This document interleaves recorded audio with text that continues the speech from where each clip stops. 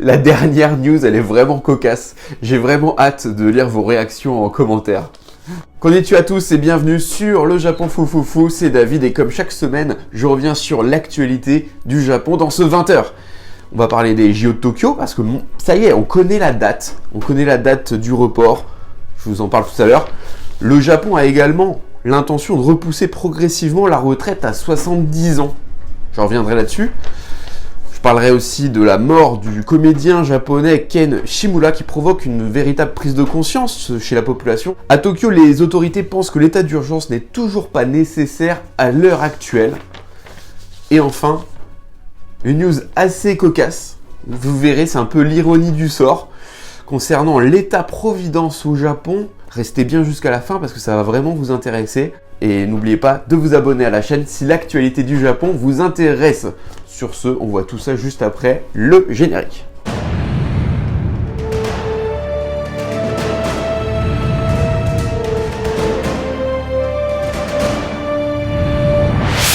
La décision est prise, les JO de Tokyo sont reportés. Ils auront lieu entre le 23 juillet et le 8 août 2021. L'option initialement envisagée d'un report à octobre 2020 n'était pas viable. La situation étant trop incertaine. Cette décision a été prise dans un contexte compliqué, dans la mesure où, pour éviter une coïncidence dans le temps des JO et du championnat du monde d'athlétisme aux États-Unis, initialement prévu en 2021, eh bien, il a fallu que ce championnat d'athlétisme soit, lui, reporté d'un an. Il a été reporté à 2022. Concernant l'âge de la retraite, qui est actuellement à 65 ans, eh bien, une nouvelle loi vient d'être votée et entrera en vigueur en avril. Cette loi autorise, je dis bien autorise et non pas oblige, les entreprises à garder leurs salariés, leurs employés, jusqu'à l'âge de 70 ans sur la base du volontariat. L'âge légal de départ à la retraite reste donc officiellement 65 ans, mais cette nouvelle loi ressemble fortement à une stratégie pour préparer les esprits et faire passer, à terme, l'âge pivot de 65 ans à 70 ans.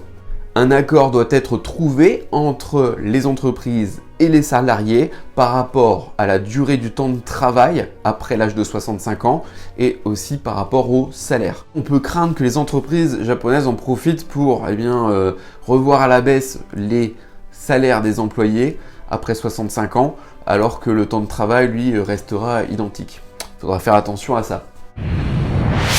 Le comédien Ken Shimura est mort le 29 mars, il avait 70 ans et il ne s'est passé que 4 jours entre l'annonce de sa contamination et sa mort. Ce comédien n'était pas du tout un individu lambda pour les Japonais, il était très connu, très apprécié, autant pour son jeu que pour ses qualités humaines.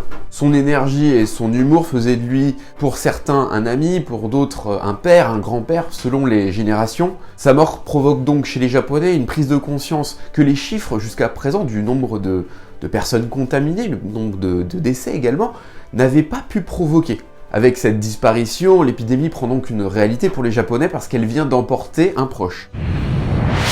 Au Japon, l'état d'urgence n'est pas jugé nécessaire à l'heure actuelle. Une loi a bien été votée très récemment pour autoriser le gouvernement à décréter l'état d'urgence, mais le Premier ministre Shinzo Abe et la gouverneure de Tokyo, dans l'état actuel des choses, ont décidé de ne pas déclarer l'état d'urgence. Cet état d'urgence, dont le confinement n'est qu'une mesure possible parmi d'autres, Shinzo Abe, le Premier ministre, vient de le définir. Premièrement, les droits des Japonais seront limités. Deuxièmement, il ne s'agira pas de renforcer le pouvoir du gouvernement et du Premier ministre. Troisièmement, il s'agira en revanche de donner davantage d'autorité et de pouvoir aux villes, aux mairies, aux gouvernements locaux, afin de décider pour leur ville, pour chacune des villes, confinement ou non et d'autres mesures. D'ailleurs, le Premier ministre Shinzo Abe a bien précisé qu'il n'y aura pas au Japon de confinement généralisé comme c'est le cas en France. Donc les décisions se feront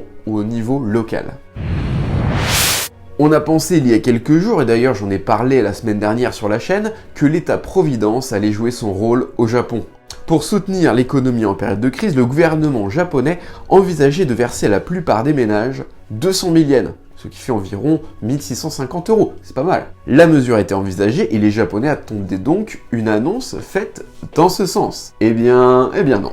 En revanche, chaque famille va recevoir par la poste 2 masques en tissu lavable, se prêtant donc à un usage durable. Alors les familles japonaises comptant plus de 2 personnes, ce qui fait pas mal de monde, sont assez perplexes, et beaucoup auraient sans doute préféré le versement initialement prévu de 200 000 yens, mais bon, vous savez, en période de crise, les masques, ça n'a pas de prix.